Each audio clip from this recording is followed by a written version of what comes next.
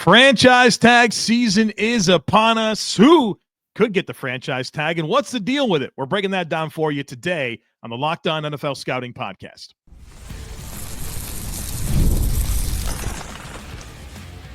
You are Locked On NFL Scouting with the Draft Dudes, your daily podcast for NFL and college football scouting. Part of the Locked On Podcast Network, your team every day. What's better than this? It's guys being dudes here on the Locked On NFL Scouting Podcast. We're the Draft Dudes. I'm Joe Marino from Locked On Bills. He's Kyle Crabbs from Locked On Dolphins, and we are your NFL experts here with you daily to talk team building across the league on the Locked On NFL Scouting Podcast with the Draft Dudes, part of the Locked On Podcast Network, your team every day. Want to issue a big thank you, shout out, and welcome to our everydayers. Those of you who never miss a single episode, we appreciate y'all being here very, very much. Joe, happy Wednesday and post Daniel Jeremiah mock draft 2.0 release day to you here on the show. Don't tease me, Kyle. You know I have a lot to say about that mock draft. Oh, that's tomorrow on the program. Is that for a tease? Nicely done. I didn't take the bait, though, but I'm excited to talk about it tomorrow. Yeah, we're going to talk about DJ's latest mock tomorrow on the show. Some names falling out of the first round, a couple of running backs that made it in. Joe called his shot on one of the running backs that went in the first round. So that's tomorrow. But we wanted to take the opportunity with this week, the franchise tag window opening across the league for what looks like it might be a pretty light franchise tag cycle. But there's more tools that teams have at their disposals that comes in the way of restricted free agents and the transition tag, which is an underutilized element of this, plus franchise tag, Joe. Yeah, that time of year, man. And it could be a light utilization of it, but I think there's 6 names worth talking about. We'll get to those here on this episode. But shall we start with the values of this franchise tag? Obviously, the franchise tag is the average of the top 5 salaries at each position. And that gets a little bit dicey because, some of the positions are kind of lumped together and it doesn't make a lot of sense, but that's the world that the NFL lives in. So would you care to go through those values for us? Yeah. Well, I think first the owners, when they sit down and do their next CBA negotiation, should probably go to bat for separating stack off all linebackers from rush linebackers. Right. And the players love it because that means no stack linebacker and no center or guard is ever going to get tagged in the history of the franchise tag. It's just never going to happen. Right. Because, spoiler alert, they're all bunched together. So yeah, we'll get into these numbers now. Just franchise tags, not transition tags, which is a different can of worms. And we'll get into that in segment 2. Quarterback franchise tag this year, $41.325 million is the value of the franchise tag. Linebackers, just linebackers, so that includes stack off ball linebackers and rush linebackers alike, depending on your positional categorization. $27.05 million. Wide receivers are now up to $25.69 million. Offensive linemen, $25.156. Doesn't matter whether you're a center, guard, or tackle. You're getting $25.15 on the franchise tag. Defensive ends, $24.72. Defensive tackles, $23.46. Cornerbacks, $20.35. Safeties, $19.62. Tight ends, $14.24. Running backs, $13.62. And specialists at $6.45 million. And those numbers, of course, assuming a $275 million salary cap. Mm-hmm. And we'll find that number out soon, probably in the next 10 days or so. Mm-hmm. Most people are projecting 275, but last year, I think everyone remembers, most people were projecting, I don't remember what number it was, but it came in, was it like $10 or $12 million more? And that was a pleasant surprise for everyone. Like 248 was what the projection was, and then it came in at like 254, 255, 6 or 255, 4 or whatever it was. So, yeah, it was a significant lump higher than what the projections were sitting at. Which maybe that'll happen again. There's only been one time ever that it didn't go up, which is the COVID year. And maybe we get some pleasant news here very soon. Please do. What's that? We could have Paramount and Netflix and Yeah. all these individual games that you have to subscribe for come into clutch for us here. Would be great deliverable here as we get ready to start the league here. You know, that is the annoying part of it. Like you do have to have a lot of different subscriptions to watch these games. Peacock, Netflix, right? You got to have that. You got to have Prime. But all of that drives up the revenue. And I did my 111th this year. Yeah. Well, do we have a choice? Do we have it? You know, what's funny is my brother loves Peacock. All of a sudden, he's watching all these shows, this game show. Oh, he got hooked on it? Oh, yeah. Yeah, he is absolutely. I canceled 5 minutes after I registered for the playoff game. Me too, but I mean, only a matter of time before Hulu's going to have some games. You know, whatever. They do like to tell you they have live sports. Right. Just yeah. Anyways, figure out the streaming service that works well for your family. So the difference in the franchise tag and the transition tag, there's a number of differences. The dollar amounts change because the franchise tag is the average of the top 5 salaries. The transition tag goes to the average of the top 10 salaries. So those numbers are a little bit lower. And it's a rolling average, right? Like it's not this year's top 5 salaries, right? Top 10 salaries. It's like a 10-year sample size or 5-year sample size of average salaries. That's right. That's right. Because somebody will hear quarterbacks average the top 5 salaries average to $41.325 million. They're going to say, no, it doesn't, because I know we got all these $55 million year quarterbacks. Yeah. Yeah. If you sign somebody to the franchise tag, another team can sign that player, but the transition tag? No, franchise tag. You get 2 first-round picks if somebody wants to sign the player that you have the franchise tag on. The transition tag, there is no awarded compensation for losing that player. In the next segment, I want to talk about like the history of the transition tag, because it does happen seldomly, but not often. Can you think of a compelling reason before we get into that history of like, what would be a reason why a team would opt for the transition tag over the franchise tag other than it's going to be a bit less? The Vikings with Sam Darnold and J.J. McCarthy? Maybe so.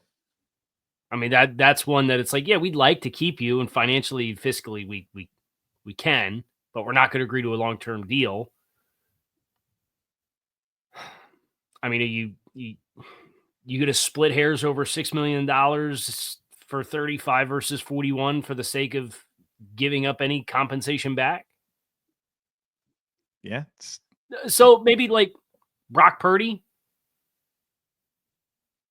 I feel like that's another example of like, if the team thinks, and it obviously wouldn't happen this offseason because he's under contract, he's on his rookie contract. But if the team thinks you are inherently more valuable to us, and we can't agree on a dollar amount, it's a big bet to place. Because if a team comes, like, you're surrendering the biggest bit of leverage that you have with a tag by saying we get no compensation if you sign somewhere else, and we choose to let you walk. Right. For $5 or $6 million. I always go back to anytime we talk tags or anything like this, it's always like, if he's your guy, he's your guy. Like, you've been around him for a number of years. Mm-hmm. Is he the player you like? And if so, get the deal done. Get the deal done. All right, let's talk about the history of the transition tag on the other side of it. There's some fun stories to bring up there, folks. Be sure to stick with us. This is a message from sponsor Intuit TurboTax. Taxes was waiting and wondering and worrying if you were going to get any money back, and then waiting, wondering, and worrying some more. Now, Taxes is matching with a TurboTax expert who can do your taxes as soon as today. An expert who gives your taxes their undivided attention as they work on your return while you get real-time updates on their progress so you can focus on your day. An expert who will find every deduction possible and file every form, every investment, everything with 100% accuracy, all so that you can get the most money back guaranteed. No waiting, no wondering, no worries. Now this is Taxes. Get an expert now on TurboTax.com. Only available with TurboTax live full service, real-time updates only in iOS mobile app. See guarantee details at TurboTax.com/guarantees. Is this the bit where we get into like poison pills and all those different fine print you put into a tender contract that a team would have to decide to match? And if they choose to, they have to pay a player exponentially more because of what state he's playing in and the bonuses you get if you play in state X, Y, or Z. A little bit of that. We have, you and I have some history of that with big play Charles Clay. Big play Clay, baby. So let's do it. Let's talk about the history of the transition tag. It's like a forgotten thing. So Kyle Duggar, right of first refusal with this, just like you would. Yeah, you have the opportunity to match the deal. You can match the deal and keep the player. So Kyle Duggar in 2024 is the most recent player to get the transition tag. Only 5 players have received the transition tag in the previous 10 years prior to Kyle Duggar. The names of those players: Kenyon Drake with the Arizona Cardinals in 2020, Kyle Fuller with the Bears in 2018, Charles Clay 2015 with the Dolphins, Alex Mack 2014 with the Browns, and Jason Warlitz, the linebacker from the Steelers, also back in 2014. Now, of those 5 players, 3 were offered deals by other teams. The Jaguars offered for Alex Mack, and the Browns matched that offer. The Packers sent in a deal for Kyle Fuller, and the Bears matched that offer. And then we had the Dolphins and Bills in the Charles Clay situation, where the Bills offered him a deal that Miami said no to. And Charles Clay went to the Bills, and the Bills paid him a ton of money. He was, I think, a top 3 paid tight end in the NFL. And I think the way that the money went on that deal was the Bills had a bunch of available cap space that year, and it would have been challenging for Miami to match it. So they put all this money in the beginning of the deal that kind of made it prohibitive to Miami to match. And then he winds up going to Buffalo. So that's kind of the history of it. And I don't expect a transition tag this year, but it's kind of a under-discussed, not fully understood roster building tool. And obviously that's what we talk about here on the show. So wanted to bring that up today. So Bill's offer was 5 years, 38 with more than $20 million in guaranteed. And it was more than front loaded. It would have a $7 million salary in addition to like the signing bonus. So they took whatever portion and said, okay, here's a big fat lump sum of cash. But stuff like that's fun. And I do appreciate the idea that if you have a contract standoff with a player who you guys just are not going to get on the same page with, but it's not an integral piece for your team, letting the market kind of sort itself out in this way maybe helps you with like the good graces with the player.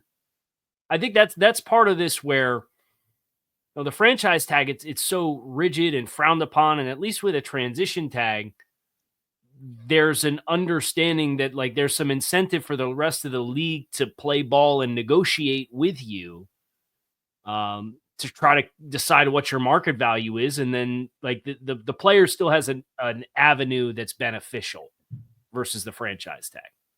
I think that's an exceptional talking point. And when you consider since 2014, the 6 players that have received the transition tag, you're talking about a safety, a running back, a tight end, a center, and a linebacker. Of course, Kyle Fuller being the corners, but also corners, that one premium position where the money has not really boomed like we've seen from other spots. Yeah. So it's unsurprising to me when you really look at it through that lens that these are the position groups that have seen the activity when it comes to the transition tag.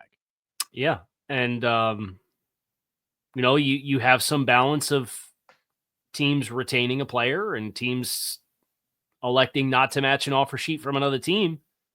So it does feel like it cuts on both ends, and it's a middle ground piece for, like, if you were a team that was at odds with, I know we're going to do franchise tag players. Do you have any players in the market this year on the transition tag? I know there's been some talk about Trey Smith. Yeah. So that would put him at $22.745 million on the transition tag if you can't come to an agreement on a long-term deal. Look, that's That's market reset money at guard on a 1-year deal. Yeah. So I can't imagine like Trey Smith's going to want a long-term deal with multiple years of guaranteed salary, but I can't imagine a 26-year-old guard in the prime of his career is going to be mad about getting a check for $22.7 million this year.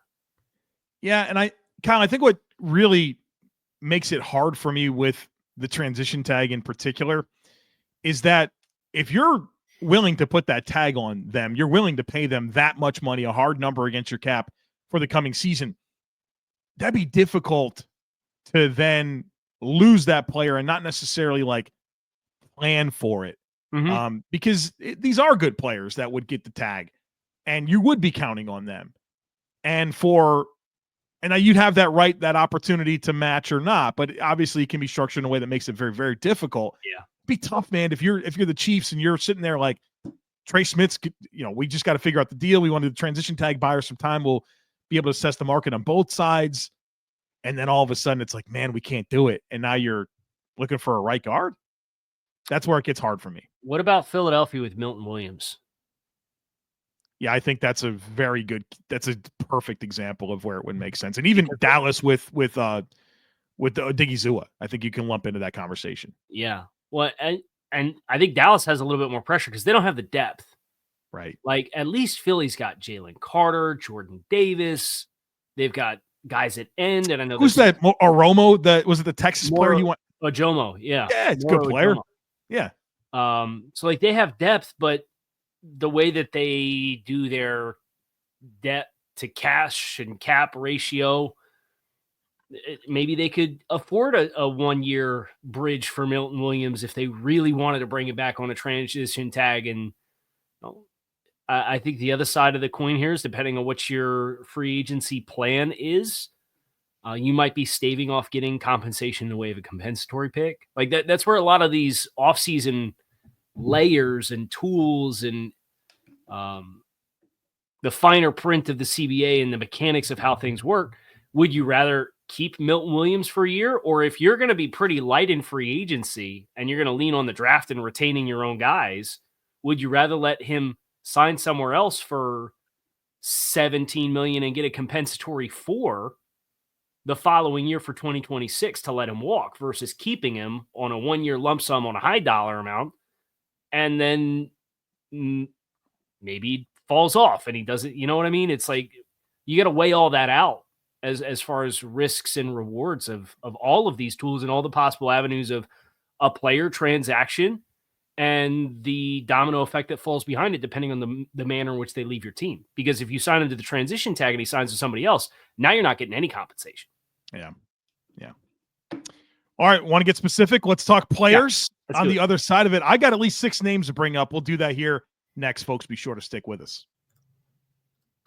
When the game tips off, the NBA action is just getting started, and there's no better place to get in on it than FanDuel, America's #1 sportsbook. With FanDuel, you can place live bets throughout the game, so even if you miss the opening tip-off or want to bet on a fourth-quarter comeback, you could stay in the action. And if you're looking for a bigger payout, you can even combine your live bets into a same-game parlay. I love using FanDuel's live betting feature because it keeps every moment of the game exciting. Whether I'm backing my team for a late-game rally or picking a player to hit a clutch 3, I never feel like I miss my chance. Plus, the app is easy to use, and when you win, you get paid instantly. Right now, new FanDuel customers can get $150 in bonus bets if your first $5 bet wins. Just visit FanDuel.com to join today. That's FanDuel.com for your shot at $150 in bonus bets. Make every moment more with FanDuel, the official sports betting partner of the NBA. All right. You got 6 names, you said. Half dozen, Kyle Crabbs. Well, the first one's Tee Higgins. Now, the thing about Tee Higgins he's already got the tag. He's already got, so that means, is it a 20% bump? So his number is $26.17 million. But these receivers are getting paid, man, right? The best ones are 30, 35 million. And if you're intent on getting a long-term deal done, do you put him on the tag to make sure that nobody swoops in and raises the price point even higher and you do what you need to do and get a long-term deal done?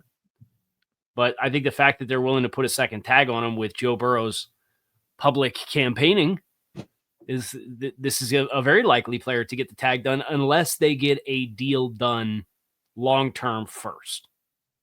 That would be my goal. That would be my goal. I Always mean, be goal, right? yeah, I mean, I always wonder like what the sticking points are for a player like this, where it seems pretty obvious. Identity player for their team, young, good, fits in every imaginable way. What's the sticking point? You know, what is preventing this from happening? Because that's the thing about these tags is it's a hard number against your cap. If you get him to a long-term extension, your cap hit's not $26.17 million. It's going to be way less than that. Year one's probably $10-11 million tops, right? Like, so yeah, I think he's extremely likely. And James Rapine, like we mentioned yesterday from Locked On Bengals, like he had the scoop on that, and I understand it, but just get this freaking thing done. Well, I think a team, each team's a little different as far as having the cash on hand, what the cash schedule looks like, how they classify the money, injury guarantees versus fully guarantees. So, I mean, that's a whole other probably week's worth of shows you could get into on the finer mechanics, especially as a couple of guys whose teams have sat down and negotiated long-term quarterback contracts in recent years, right? The complexities that exist there with all the levers and some of the challenges that exist in that degree, it feels like it's the 400 level of coming to terms on a massive contract extension. How about Sam Darnold? Vikings, they drafted J.J. McCarthy, injured for the season. Sam Darnold has the year that he does, but then he also finished the year the way that he did, and that feels like that's really changed the conversation with Sam Darnold. You think he's a tag candidate, or is someone just going to sign this guy in free agency? I don't think so. I think Minnesota, very savvy, economic savvy approach to team building that they have. I think they'll have their price point on Sam. They'd like to have him back for, but I think some of the desperation that is spreading across the league for other places to have avenues is probably going to price him out. And if I were Minnesota, I don't know that I'd be comfortable with a 1 year, $41 million static hit to keep Sam Darnold on the roster. So I'd be surprised if that one happens. Yeah, it shouldn't. Yeah, I think even if you want to talk about rollover cap space and what that would mean for committing that type of money to Sam Darnold, I just can't get myself there. I think it's hard to – I think it definitely is hard to have the year that Sam did and then feel like he's going to just go for nothing, right? I can appreciate that type of commentary, but I think part of what has made me appreciate Minnesota and their trajectory and their entire approach is that they've stayed the course. Mm-hmm. They've stayed the course. And you told us last year when you drafted J.J. McCarthy was he like a top 10 pick, that's your guy. And I don't, for as good as Sam Darnold played this year, I still think he reminded us that he's Sam Darnold, and your legit ceiling exists within J.J. McCarthy. Just roll with that. Just roll with that. And does he go signs with the Titans or the Giants or the Raiders or who cares? Who cares? So be it. Yeah. And depending on how you choose to attack your offseason plan, you might get third back. Right. Exactly. Okay, here's another big one here. Trey Smith, right guard, Kansas City Chiefs, big-time find in the draft. He's staring at the big money, man. We've seen the guard market really go up with Landon Dickerson and Rob Hunt. Even a guy like Damian Lewis got a bunch of money. Trey Smith, Kansas City Chiefs, tag candidate? Landon Dickerson's top value in this market at $21 million for guards. Yeah. I'd have a really hard time doing the franchise tag, especially with the cash and the cap restrictions. We've talked about Kansas City last week about their cash spend trend. How many times have they been top half of the league in cash spend? So maybe you take that and you say the argument is, well, Kansas City, you need to spend more cash to continue to be competitive at the level that you expect to be to make the most of Patrick Mahomes. And if that's the case, I can't think of a better way to fast track your cash spend than to put an offensive guard on the franchise tag for $25 million. Yeah. But you're literally talking, that is 120% of the next highest contract on the market for Trey Smith. It wouldn't be for me. Now, if you want to get into the transition tag conversation, if you want to get into trying to negotiate a deal at $21.01 million to give Trey Smith a market reset if you're the Chiefs, okay. if he hits the open market, he's probably going to get 23, 23 and a half, maybe 24 with some of these offensive line hungry, needy teams with 3, 4, 5, 6 times as much cap space as you have if you're Kansas City. And you just got to operate and know that. I would not use the tag on Trey Smith. I wouldn't either. And I think this is exactly what we talked about at the beginning, where the lumping of all of the position groups along the offensive line into one bucket makes it not attractive to do it for an interior player in particular. So I think the Kansas City Chiefs have some challenging things to figure out. But if they were to move on from Tooney, which I don't think they should, I think they should extend Tooney. You don't want to, like, the thing about the Chiefs has been that middle three has been such a strength for you. You hate to blow that up, but also, you just paid Creed Humphrey. You got an albatross contract at right tackle. Yeah. Get the extent. If he's your guy, he's your guy. Get the extension done or let him walk. I think those are your options there. What you should be thinking about. Can I give you a stat on if Trey Smith were to get the franchise tag? Of course. Where do you think in total guaranteed money in contracts for interior offensive linemen, for offensive guards, all the guards in the league, Trey Smith on a 1-year, $25.15 million fully guaranteed. Where would that guaranteed money rank on a 1-year franchise tag amongst all guards in the NFL for all of their contracts for fully guaranteed money? High. I would say top 10. It is 10th. Okay. On a 1-year deal. That's crazy. You put it into that stratosphere, right? Yeah. And it just there's a disconnect there, I think, between the economics of it, the value of it, the valuation in the league, that just it to me makes no sense. All right, let's have the Javon Holland conversation. Good draft pick for the Miami Dolphins. And I think, was it the Cal safety, the rookies, the only safety under contract, right, from last year. Don't forget undrafted free agent Jordan Colbert. Was he a futures deal? Yeah, that doesn't count. Javon Holland, Kyle Crabbs. I'm sure you have plenty to say about this. Yeah, 0% chance of giving Javon Holland the franchise tag, personally. I agree, but do you think the Dolphins agree? No. Or yes, I do. I think he is destined to hit the market. He should. They have been pretty far apart for quite some time on value.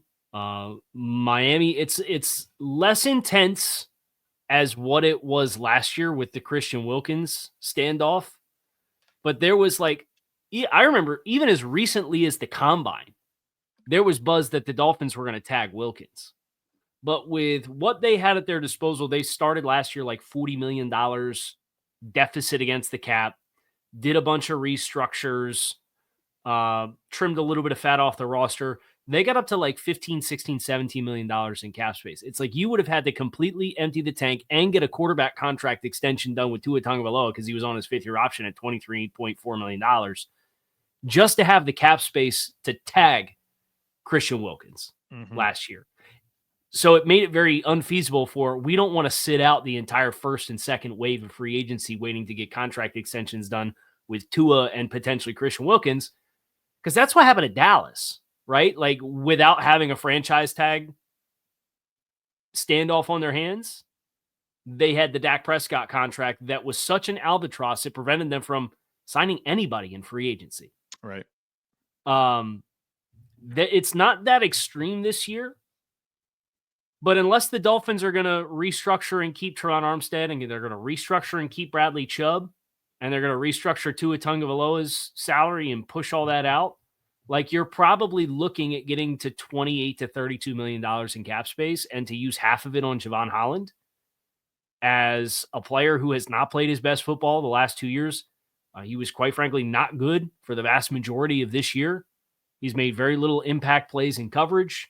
He's dropped a number of interceptions. There was some back and forth about when he had the MCL sprains last year and on Black Friday at the end of that game after he had the Hail Mary pick six, and the timeline in which he came back. And then he came back against the Ravens and played horribly, and then he sat out again. There was some discourse around how he handled that situation.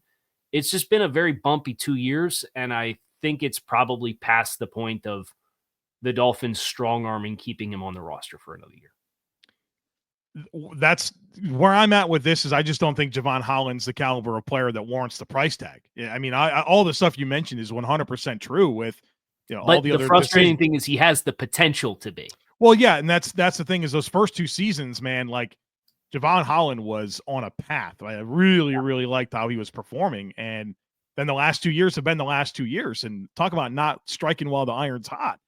I don't think this is a choice that Miami can make. And I think what probably makes it difficult if he does leave in free agency, which has become kind of my expectation, is for a team that hasn't had a ton of draft picks, you've looked at a lot of the hits here lately, and they're not sticking. And I think there's probably a sticking point that I would expect to be true when you consider that. And it's not how you intended to build your roster when you started this build. Right. Was you had all these draft picks and these early draft picks, and you've been selective on who you've committed to, but Robert Hunt and Christian Wilkins and now potentially Javon Holland as players that have played well in stretches for you. Yeah. Just a matter of when it was relative to when they hit the market. 2 more players I'd like to get to. How about Chris Godwin with the Tampa Bay Buccaneers? Obviously, another contract year for Chris Godwin that unfortunately has an injury. I bet he gets something done.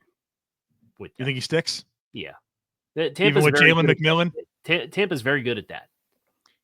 Dude, they're the most loyal team in the world. Yeah, they do a really great job of working out contracts with guys and making fair contract offers. And the players seem like they bend for Tampa a little bit for the dollars that they end up playing for. So I bet they get something done.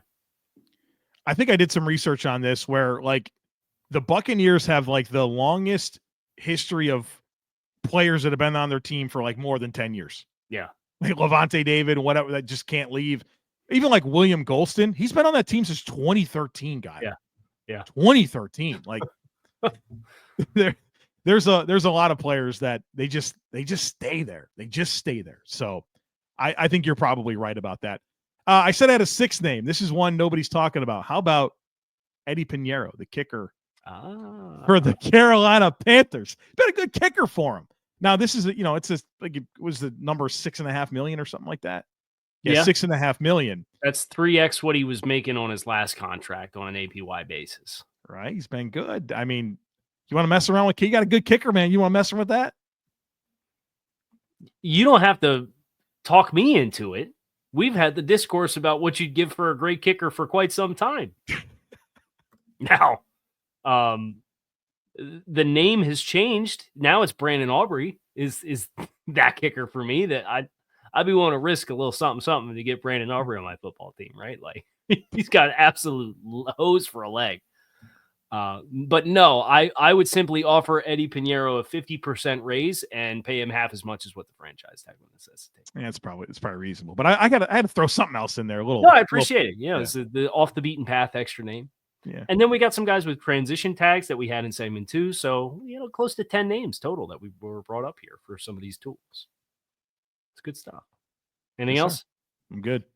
All right. That's going to do it for us here today on Locked on NFL Scouting. Kyle Crabbs, Joe Marino, Daniel Jeremiah's latest mock draft is tomorrow on the program. We hope to see you then. Enjoy the rest of your day. We are out of here.